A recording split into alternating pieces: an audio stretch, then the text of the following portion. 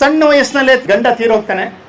ಈ ಹಳ್ಳಿಲಿದ್ದರೆ ತನ್ನ ಮಗನಿಗೆ ಓದಿಸೋಕ್ಕಾಗಲ್ಲ ಅಂತ ಆ ಸಣ್ಣ ಮಗನ ಕಟ್ಕೊಂಡ್ಬಿಟ್ಟು ಪೇಟೆಗೆ ಹೋಗ್ತಾಳೆ.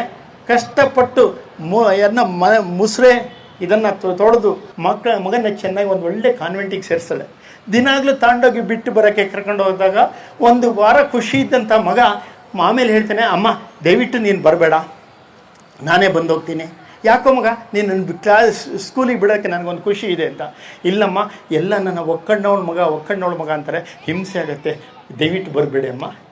ತನ್ನ ಮಗನಿಗೆ ಮುಜುಗರ ಆಗಬೇಕು ಅನ್ನೋದು ಆಗಬಾರ್ದು ಅಂತ ಎಷ್ಟು ಆಸೆ ಇದ್ದರೂ ಅವಳು ಮದುವೆ ಇಟ್ಕೊಂಡು ಮಗನ ಬಿಡೋಕ್ಕೆ ಬರಲ್ಲ. ಮಗ ಚೆನ್ನಾಗಿ ಓದ್ತಾನೆ, ಒಳ್ಳೆ ಪದವೀಧರ ಆಗ್ತಾನೆ, ಹೆಚ್ಚು ಮಾರ್ಕ್ಸ್ ತಗೊಂಡು ಒಳ್ಳೆ ಕೆಲಸ ಸಿಕ್ಕಿದ್ದು ಒಳ್ಳೆ ಅಧಿಕಾರಿ. ಮನೆಗೆ ಬಂದರೆ ಇವಳು ಕಾಫಿ ಕೊಡೋಕ್ಕೆ ಬಂದರೆ ಅವಾಗ ಹೇಳ್ತಾನೆ, ಅಮ್ಮ ಕಾಫಿ ನೀನು ರೆಡಿ ಮಾಡಿಡು, ನಾನು ಕೊಡ್ತೀನಿ ಅಂತ. ಅವಾಗ ಇವಳಿಗೆ ಅನಿಸುತ್ತೆ, ಹೌದು ನನ್ನ ಒಕ್ಕಣ್ಣವಳು ಅಂತ, ಅವನಿಗೆ ಹಿಂಸೆ ಆಗಬಾರ್ದು ಅಂತ ಅಲ್ಲೇ ರೆಡಿ ಮಾಡಿರ್ತಾಳೆ. ಒಂದು ಒಳ್ಳೆ ಹೆಣ್ಣು ಜೊತೆ ಮದುವೆ ಆಗುತ್ತೆ, ಒಂದು ಸುಂದರವಾದ ಮೊಮ್ಮಗನೂ ಹುಟ್ಟುತ್ತಾನೆ. ಖುಷಿಯಾಗುತ್ತೆ, ನನ್ನ ಮೊಮ್ಮಗನ ಜೊತೆಗೆ ಆಡ್ತಾ ಕಳಿಬೋದು ಅಂತ. ಒಂದು 2-3 ದಿವಸಕ್ಕೆ ಮಗ ಹೇಳ್ತಾನೆ, ಅಮ್ಮ ನೀನು ಹಳ್ಳಿಗೆ ಹೋಗಿದ್ದು ಬಿಡು, ನಿನಗೆ ಬೇಕಾದ ದುಡ್ಡೆಲ್ಲ ಕಳಿಸ್ತೀನಿ ನಾನು ಅಂತ. ಆವಾಗ ಈಗ ಅನಿಸುತ್ತೆ, ಮೊಮ್ಮಗನ ಆಡಿಸ್ಬೇಕು ಅಂತ ಆಸೆ ಇದ್ದರೂ ತನ್ನ ಮಗನಿಗೆ ಮುಜುಗರ ಆದಂಗೆ ಮೊಮ್ಮಗನಿಗೆ ಆಗಬಾರ್ದು ಅಂತ ಉದ್ದೇಶಕ್ಕೆ ನನ್ನ ಮಗ ಊರಿಗೆ ಕಳಿಸ್ತಾ ಇದ್ದಾನೆ ಅಂತ. ಹೋಗಿ ಒಂದು 2 ವರ್ಷ ಆಗುತ್ತೇನಾ. ನಂತರ ಇವನಿಗೊಂದು ಸಂದೇಶ ಬರುತ್ತೆ, ನಿಮ್ಮ ಅಮ್ಮಂಗೆ ಸೀರಿಯಸ್ಸು ಬಂದು ನೋಡು. ಇವನಿಗೆ ರಜಾ ಸಿಕ್ಕಲ್ಲ, ಬರಲ್ಲ. ಆವಾಗ ರಜಾ ಸಿಕ್ಕಿಲ್ಲ ಅಂತ ಬರಲಿಲ್ಲ. ಇನ್ನೊಂದು 3 ದಿವಸಕ್ಕೆ ಬರುತ್ತೆ, ನಿನ್ನ ಅಮ್ಮ ತೀರೋಗಿದ್ದಾಳೆ, ಈಗಾದರೂ ಬಾ. ಅಮ್ಮ ತೀರೋದ್ಮೇಲೆ ಕೊನೆ ಮಾಡಬೇಕಲ್ಲ, ಸೀದಾ ಬರ್ತಾನೆ. ಬಂದಾಗ ಎಲ್ಲ ಊರಿನವರು ಬೈತಾರೆ. ಸಣ್ಣ ವಯಸ್ಸಿನಲ್ಲಿ ನಿನ್ನ ಅಪ್ಪ ತೀರೋದಾಗ ನಿನ್ನನ್ನು ಆ ಪೇಟೆಗೆ ಕರ್ಕೊಂಡೋಗಿ ಈ ಮಟ್ಟಕ್ಕೆ ಬೆಳೆಸಿದಂಥ ತಾಯಿ ನಿನ್ನನ್ನು ಕೊನೆಗೆ ನೋಡಬೇಕು ಅಂತ ಎಷ್ಟು ಹಪಾಪಿಸಿದ್ಲು, ದುಃಖಪಟ್ಟಳು. ಮೊಮ್ಮಗನ ನೋಡಬೇಕು ಅಂತ ಎಷ್ಟು ಆಸೆಯಿಂದ ಕೇಳ್ತಾ ಇದ್ಲು.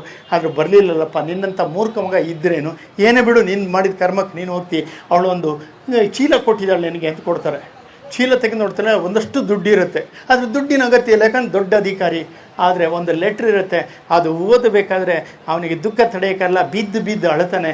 ಏನು ಆ ಲೆಟ್ರಲ್ಲಿ ಇರುತ್ತೆ ಅಂದರೆ, ಮಗನೇ ನಿನ್ನನ್ನು ಕ್ಲಾಸಿಗೆ ಬಿಡಬೇಕಾದ್ರೆ ಒಕ್ಕಣ್ಣವಳು ಮಗ ಅಂಥೇಳಿ ನಿನಗೆ ನೋವಾಗ್ತದೆ, ಬೇಡ ಅಂತ ಹೇಳಿದಿಲ್ಲ. ಆ ಒಕ್ಕಣ್ಣವಳ ಕತೆ ನಿನಗೂ ಹೇಳಲಿಲ್ಲ. ಆ ಒಕ್ಕಣ್ಣಿನ ಕತೆ ಮೊದಲೇ ಹೇಳಿದರೆ ನಿನ್ನ ಹೂವಿನಂಥ ಮನಸ್ಸು ಮೊದಲು ಹೋಗ್ಬೋದು ಅಂತಿತ್ತು. ಅದಕ್ಕೆ ಈಗ ಹೇಳ್ತಿದ್ದೀನಿ, ಕೊನೆಗಾಲದಲ್ಲಾದರೂ ಸತ್ಯ ಹೇಳಬೇಕು.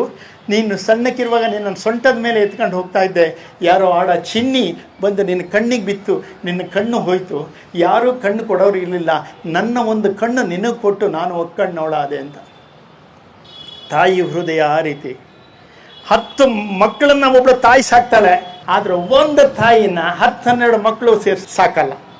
ಇದಕ್ಕೊಂದು ದುರಂತ ಅಂದರೆ, ಒಬ್ಬ ಕರ್ನಲ್ ಹುದ್ದೆ, ಮಕ್ಕಳು ಇಬ್ಬರೂ ಚೆನ್ನಾಗಿ ಓದಿಸ್ತಾನೆ, ಫಾರಿನಲ್ಲಿ ಇರ್ತಾರೆ.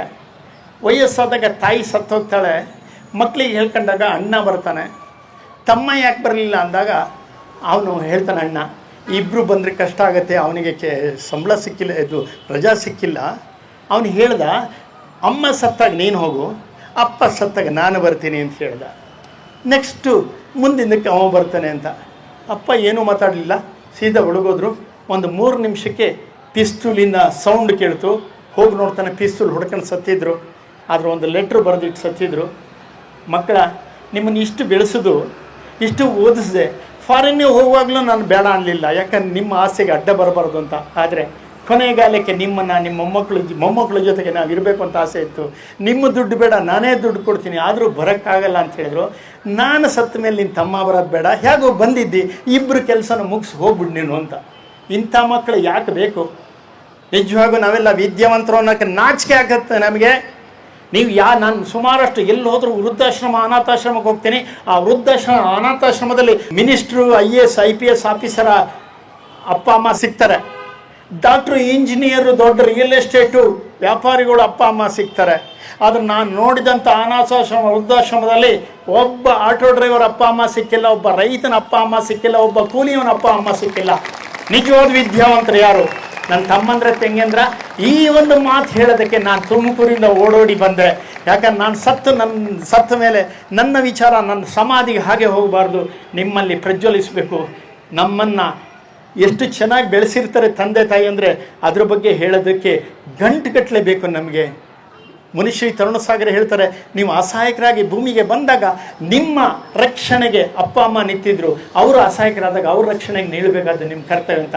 ತಮ್ಮಂದ್ರ ತಂಗಿಯಂದ್ರ ಹೃದಯಪೂರ್ವಕವಾಗಿ ಹೇಳಿದ್ದೀನಿ, ಖಂಡಿತ ತಂದೆ ತಾಯಿಯ ಕಣ್ಣಲ್ಲಿ ನೀರು ಬರೆಸುವಂಥ ಮಕ್ಕಳಾಗಬೇಡಿ. ಆ ಕೆಲಸಕ್ಕೆ ಪ್ರೇರಣೆ ಆಗಿ ನಿಂತಾರೆ Ahilyabai.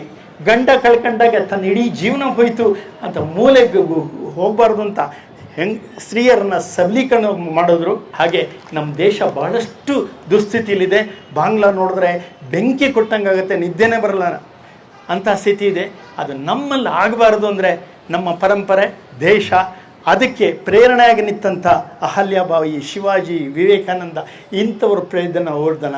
A for apple, B for ball ಅಂತ ಹೋದ ಬದಲು A for Ahilyabai, B for Bhimrao Ambedkar ಅಂತ ಓದುವಂಥ ಚರಿತ್ರೆ ನಾವು ಶುರು ಮಾಡೋಣ ಅಂತ ನನ್ನ ತಮ್ಮಂದರು ತಂಗಿಯಂದ್ರಿಗೆಲ್ಲರಿಗೆ ಹೇಳ್ತಾ, ಈ ಒಂದು ಪುಣ್ಯ ಸ್ಮರಣೆಯ ಒಂದು 4 ನನ್ನ ನುಡಿ ನಮನಗಳನ್ನು ಸಲ್ಲಿಸೋಕ್ಕೆ ಅವಕಾಶ ಮಾಡಿಕೊಟ್ಟಂಥ ಪ್ರತ್ಯಕ್ಷ ಪರೋಕ್ಷವಾಗಿ ಕಾರಣದ ಎಲ್ಲರಿಗೂ ನಮಸ್ಕಾರ ಮಾಡ್ತಾ, ನಾನು ಈ ಅಹಲ್ಯಾಬಾಯಿ ಬದುಕು ನಮಗೆ ಪ್ರೇರಣೆ ಆಗಲಿ, ನಮಗೊಂದು ಆದರ್ಶ ಆಗಲಿ ಅಂತ ಹೇಳ್ತಾ ನನ್ನ ಮಾತು ಮುಗಿಸ್ತೀನಿ. ಜೈ ಹಿಂದ್, ಜೈ ಕರ್ನಾಟಕ ಮಾತು.